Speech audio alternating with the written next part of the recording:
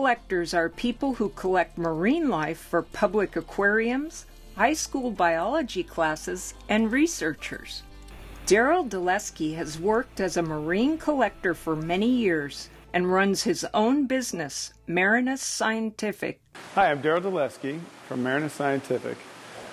What we do here is we actually provide marine animals for biomedical research, as well as research for education, and we also provide marine specimens to public aquariums all over the world. Ever since I was a little kid, I've been fascinated with scuba diving.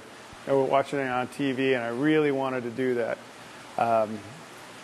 Some kids wanted to be doctors, but not me. I wanted to be a scuba diver.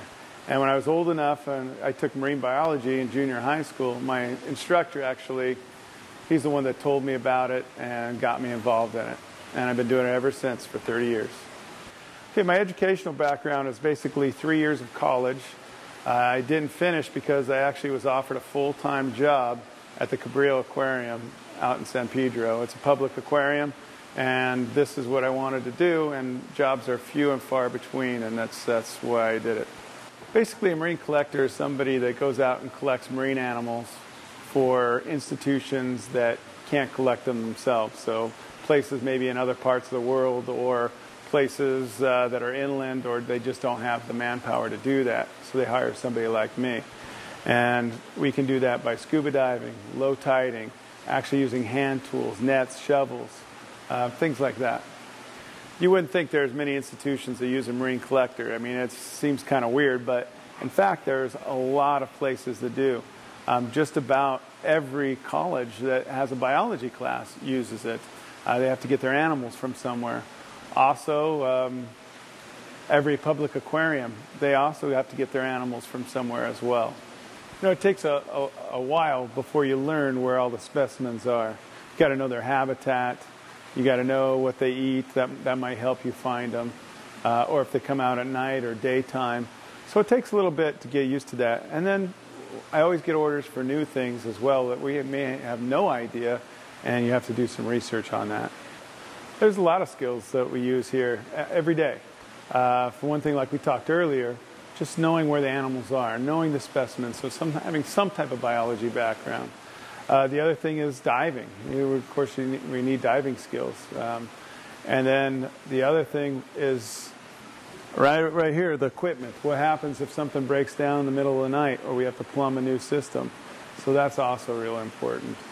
Basically, I started with about $10,000 to start my business, and that was for the basic equipment, and that's running out of my house. And then eventually I had to buy a boat. Eventually we moved into a warehouse. So as we grew, of course, so did our investment. We're looking at a full day, about 9 hours a day.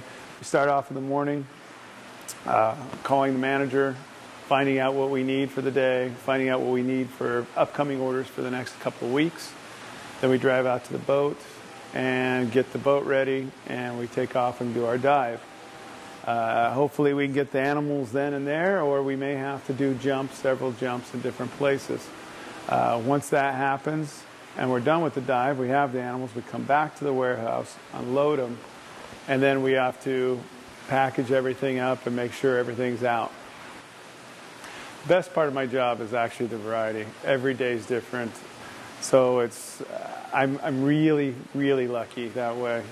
I don't look at a computer screen. I'm out there in the water. I'm out there out on nice sunny days. But I'm also out there when it rains too. So it definitely has its balance. But all in all, give me a variety. I'll be very happy. I would say the most difficult thing would be finding the animals. You know, a lot of the animals that we collect are seasonal. And they're supposed to be there, and they're there a certain time of year, and then they kind of disappear, and we have to find them and travel to find them. And then we always get jobs for new animals, and then we have to study and find out where they live, talk to fishermen, dive clubs, things like that. There's an animal called the mola mola, which is this flat, ugly animal. It's really hard to describe. And it lays on top of the surface of the water, I assume to get warm. But anyway, it just lays there. And it's pelagic, so it's out in the open ocean. So the chances of coming across one is not easy. And so we have to go back and forth in a boat until we spot one. We hire planes to do this as well, and they radio down to us. That would definitely say be the hardest job that I've had. I'd have to say the least thing that I like about the job would probably be dealing with the weather. When it's summertime, it's great. You know, when the sun's out, fantastic, water's warm. But, you know, we have researchers depending on us, and they need these animals. So we have to go out there in a variety of conditions. So it may be really surgy, or there'll be literally 6 inches of visibility. And sometimes that's year-round, depending on what animal we're looking for. To be a collector in California, you actually have to have a lot of permits. So everything, we have commercial permit, we have a fish and wildlife permit, export permit, we have fish and game scientific permit. So, I mean, as you can see, the list goes on. So basically, my livelihood depends on the environment. If it's not healthy, then it's not going to do me any good. So if there's only one fish or there's only one sponge or something that I'm trying to collect, I'm just going to leave it there, let it grow and reproduce, be on its own, and I'm going to swim somewhere else that maybe has a little bit more variety.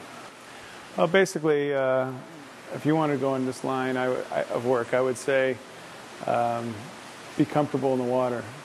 Really get a lot of dives in and be aware of your surroundings. A lot of people, a lot of divers just zoom over everything. Look under a rock.